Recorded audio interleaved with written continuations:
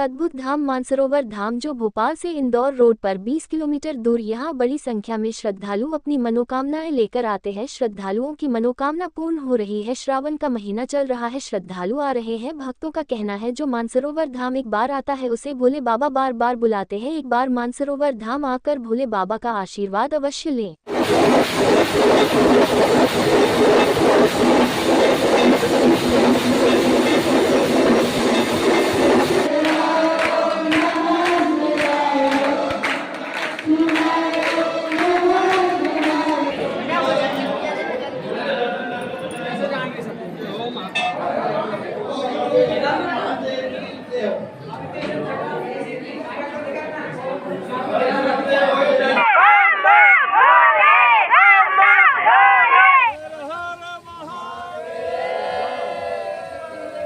कैसा लगा यार मानसरोवर धाम? बहुत अच्छा आनंद आया यहाँ पे आने पे।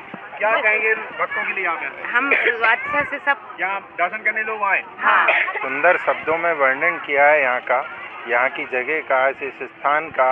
जो लोग आते हैं यहाँ, जो खुश होते हैं भगवान भोलेनाथ का, उनके ऊपर बड़ी कृपा रहती है। और बहुत सुंदर दृश्य यहाँ बना है और इतना अच्छा मनमोहक मौसम है।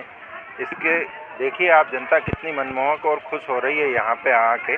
बस मैं भगवान से यही प्रार्थना करूँगा कि भगवान ऐसा यहाँ पे खुशहाली और सब समृद्धि बनाए रखे। और यहाँ से 7-8 किलोमीटर दूर हमारा गांव है और हम हर 8-15 दिन में यहाँ पे दर्शन करने आते हैं। जब भी आते हैं, जब हमें कुछ ना कुछ नया दिखता ही रहता है और लगता है कि आने वाले 2-4 साल में यहाँ बहुत अच्छी व्यवस्था हो जाएगी। लगता है कि जैसे हम उज्जैन में आ गए हैं या सोमनाथ में आ गए हैं, कहीं भी तीर्थ स्थल पे हैं। ये सब मतलब बहुत अच्छा लगता है हमको। दूसरा सोमवार है श्रावण मास का, तो यहाँ पे भक्तों की भीड़ देखने को मिल रही, बड़ा उत्साह देखने को मिल रहा है भक्तों में। तो ये बाबा महाकाल की कृपा से श्रावण मास का दूसरा सोमवार है। सबसे पहले तो हम भोपाल वासियों को और जो यहाँ भक्त लोग आ रहे हैं उनके लिए हम ये चाहते हैं कि भगवान भोलेनाथ के सामने अपने दुख सामने रखें। और श्रावण मास में तो भगवान भोलेनाथ भक्तों के दुख दूर करने के लिए हैं ही, क्योंकि ये उनको बोला गया है कि अपने भक्तों के लिए उन्होंने एक जो 4 मास रहते हैं उसमें श्रावण मास उन्होंने अद्भुत अपने लिए रखा है। तो हम ये चाहते हैं कि भोपाल वासी जो हैं अपने भक्तों के लिए दुख दूर करते रहें और भक्त लोग उनसे अपने जो भी कष्ट हैं उनको अपने सामने रखें। इस तरह से वो रूपरेखा उनकी बनती रहेगी। और जैसे कि 4 अगस्त को यहाँ हरियाली अमावस्या पे पार्थिव शिवलिंग का निर्माण किया जाएगा इसी प्रांगण में जो रहेगा। और पार्थिव शिवलिंग का जो होता है कि एक शिवलिंग अगर किसी ने बनवाया तो 1000 गुना फल भगवान भोलेनाथ उसको देते हैं। तो ये तीसरा सोमवार और जो हरियाली अमावस्या का आज के विशेष श्रृंगार देखने को मिल रहा है। किस तरीके से आपने श्रृंगार करवाया?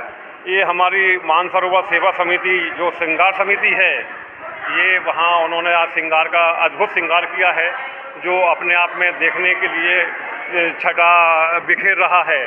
तो मैं चाहता हूँ कि भगवान भोलेनाथ उन सबको दे के हर सोमवार नया नया अपने को श्रृंगार और दर्शन लाभ होंगे। अभी जैसे कि 8 बजे रात्रि को महाआरती का आयोजन भी है।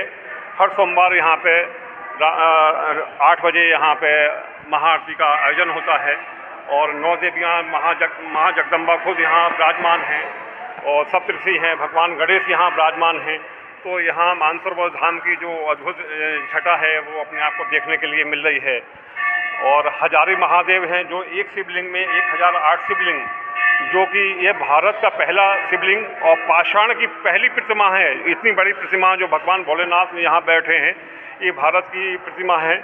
और बाबा महाकाल ने मुझे ये सौभाग्य दिया है कि हम इसको अच्छे से सजोएं, उनकी व्यवस्था में कोई कमी नहीं रहे। तो इसलिए हम उसको हमेशा ध्यान रखते हैं विशेष रूप से कि हमारे भक्तों के लिए, महाकाल के भक्तों को किसी प्रकार का कोई कष्ट ना हो और जो कमियां होती हैं उसको कमियों को सुधारने के लिए हम तत्पर रहते हैं, यहाँ स्वयं उपस्थित रहते हैं। कश्यप जी, कहीं ना कहीं ये देखने को मिलता है कि लोग अपनी ज़िंदगी की पूंजी कमाने में पूरा ज़िंदगी लगा देते हैं पूरी कमाने, लेकिन आपने एक इतना बड़ा अद्भुत एक मंदिर बनवाया है जो लोगों के लिए आस्था का केंद्र बन गया है। नहीं, आस्था के केंद्र तो है, लेकिन ये धन दौलत तो भगवान का दिया हुआ रहता है, तन मन और धन।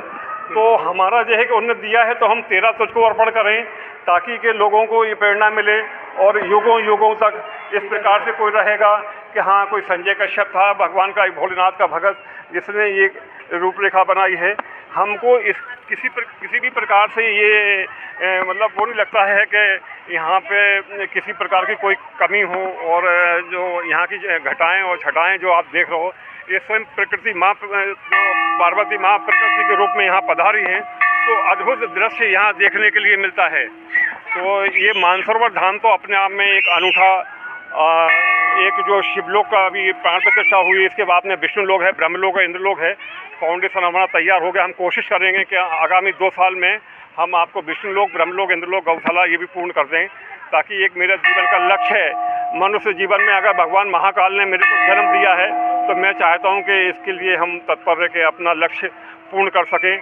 और ये भोपाल वासियों का रहेगा। ये मंदिर जो है संजय कश्यप का नहीं है, ये सब भोपाल वासियों का है, क्योंकि आने वाले समय में इसकी स्वयं जो देखभाल है भोलेनाथ महाकाल बाबा ही करेंगे, ये मेरा विश्वास है। और आने वाले समय में बहुत बड़े बड़े चमत्कार यहाँ आपको देखने मिलेंगे। ये भी मुझे जो एक एहसास, जो अनुभूतियाँ हो रही हैं, अपने आप में बहुत अलग ही है। मानसरोवर धाम बनाने का विचार मन में क्यों आया? ये बाबा महाकाल ने दिया है। मेरी तो कोई औकात नहीं थी कि मैं इतना बड़ा हो, ये सब इतना व्यवस्थित कर सकता था, लेकिन बाबा महाकाल का आशीर्वाद रहा। और हो सकता है कि उन्होंने मुझे चुना हो, तो मैं चाहता हूँ कि अगर उन्होंने मुझे चुना है तो मैं किसी प्रकार की कोई कमी ना रखूँ। तो अभी जैसे मानसरोवर धाम है, पितृलोकों, हमारे जो पितृ हैं उनके पितृलोक भी वहाँ तैयार हो गया। और यहाँ पे जैसा कि हमारे गुरुजन और ज्योतिषियों ने ये बताया कि यहाँ काफ़ी हजारों साल पुराना यहाँ पे एक नाग देवता का स्थान है, काफ़ी बड़े हैं वो, यहाँ पे 21 फीट लंबे और मोटे काफ़ी। हमारे जो पीपल का पेड़ और जो पितृलोक में है उनकी भी कुटिया हमने तैयार कर दी हैं। आगामी दीपावली के बाद जो माघ महीना में हम कोशिश कर रहे हैं कि उनकी भी प्रतिष्ठा कर दी जाए, क्योंकि वो बाबा बहुत, एक तो विधि का विधान होगा कि ये भूमि जो नमन है कि जो भगवान भोलेनाथ के लिए ये चुनी है उन्होंने, और जो रूपरेखा करने के लिए, तो मैं अपने आप को बहुत सौभाग्यशाली समझता हूँ कि वो हमको ये रूपरेखा सौंपी।